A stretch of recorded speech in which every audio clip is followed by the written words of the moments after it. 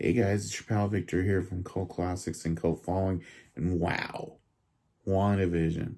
Let's get into it right now.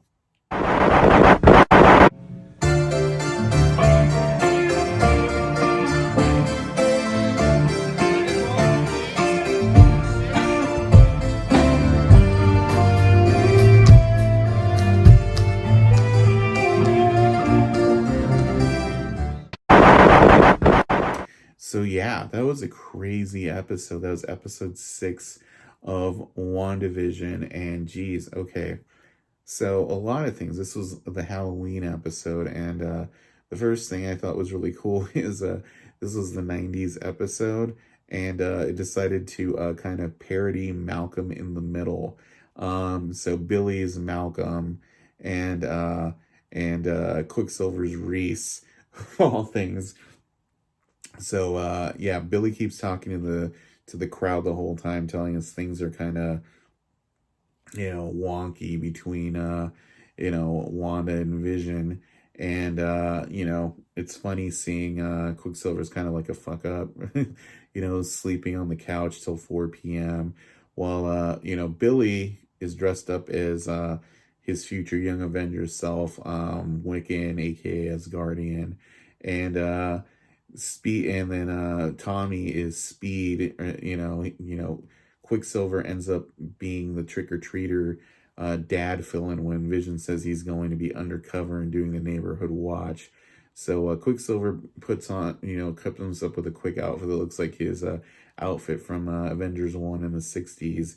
And Tommy decides to follow along and kind of play dress-up with him. And what we've noticed now is we know Billy and Tommy are magical constructs. This episode, they've been aging themselves up. They develop powers.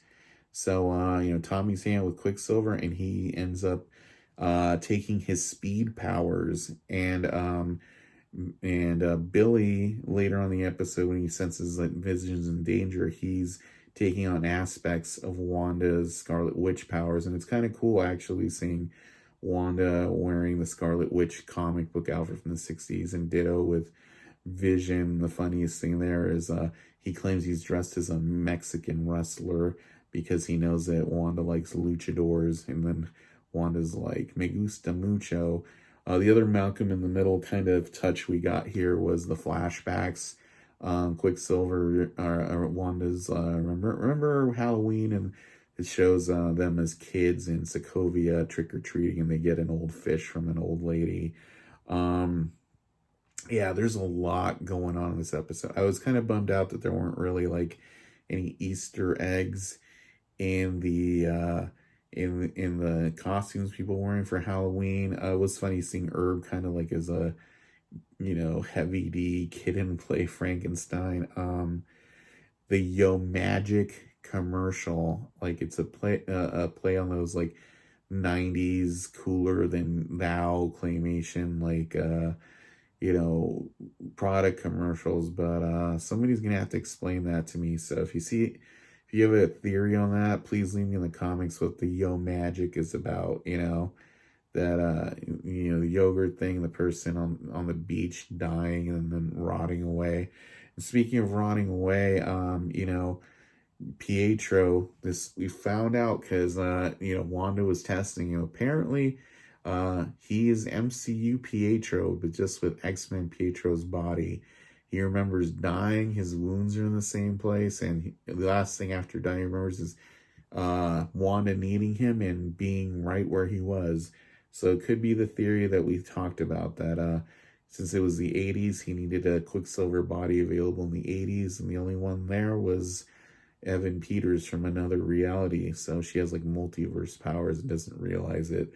We also notice that Wanda's powers grow exponentially the more upset and deeply emotionally disturbed she is. And it made the hexagon grow exponentially to destroy or absorb all the sword people capped around the base, so that Vision can escape, because Vision went to the edge, went through the hex, and was being torn apart as he begged Sword for help to save the people, because he unzapped Agnes, who recognized Vision not only as an Avenger, a dead Avenger, and apparently Agnes, not anybody more special in her regular identity. So now we kind of know that Agnes, the character, is just like an homage to Agatha Harkness, the comic book character.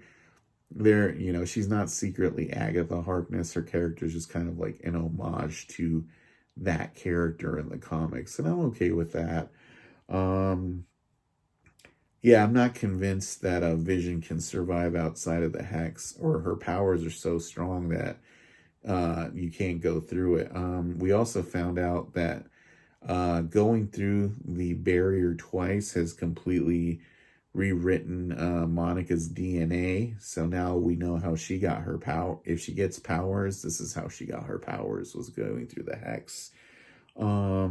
We also know that Hayward is only interested in recollecting Vision. He doesn't give a crap about the people in Westview or Wanda. He's more than willing to kill Wanda to get Vision's body back, which tells you what a one-dimensional character Hayward is, and he'll probably get his in the end. He kicks out Darcy and Monica and Jimmy, and they promptly get into a fight, steal some uniforms, and break into his shit. And we know that the astrophysicist who built the vehicle that Agnes is going to get used to try to get back into Westview is a guy. There was a theory that last week it was a girl based on the Spanish subtitles, her guy. It is a guy who built this vehicle for her. And again, this could be anybody. This could be how they introduce Forge into the MCU. This could be how they introduce, Reed Richards or Ben Grimm or anybody. We'll know next week. Next week is going to be an important episode. Let's see, what else? Yeah, the Hex expanding exponentially is crazy. Is scary, saying like the closer to the edge of Wanda's powers, people wander, the more they kind of turn into broken NPCs who just either freeze or start skitzing out and doing the same thing over and over, like the lady who's trying to hang a ghost up on the clothesline and couldn't quite do it, so it was just, she was stuck in a loop. That was kind of freaky. Yeah, and the thing that was most surprising, how they chose to illustrate Quicksilver's power, is they did it the way they did it in the MCU, where it's just like instead of the way they did it in X-Men, where everything is in slow motion. If I could have time in a bottle scenario.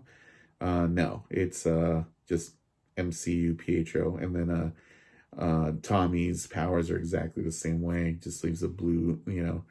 I like how they did it. It's cool, but I miss the X-Men way of doing it. And Billy has Scarlet Witch's powers down. He can picture things. Yeah. So yeah, it's all setting up next week's episode, which we might find out what Monica's powers are. We saw that Darcy got sucked into the Hex because she was handcuffed to the car by Hayward, and everyone who was sucked into the Hex just turned into another NPC that Wanda can control. So it'll be interesting to see Darcy in the 2000s episode, which at this point I think we're pretty sure is going to be a Modern Family. Or yeah, a Modern Family kind of riff. But yeah, let me know what you guys thought. Were you surprised to see this episode with Monica as see the show as Malcolm in the Middle and all the little homages? Was there anything else that happened that I didn't mention that you were kind of like jazzed by? Just let me know. Post in the comments and I'll try to get back to everyone. But yeah, it's kind of fun. Good 90s episode and a lot of growth. Very Tommy and Billy centric. We saw a lot with Scarlet Witch and new Pietro and them trying to bond, even though he's different and she's not sure she can trust him because he's asking how her powers work. Is he still Pietro or is he something else? That question's still open. We'll find out. But yeah, that's kind of my thoughts on this week's WandaVision. Thanks for tuning in, guys, and I enjoyed it. Enjoyed talking to you guys. Feel free to subscribe, like our other videos, bell icon, all that good stuff. And until next time, I'll talk to you all later. Thanks, guys.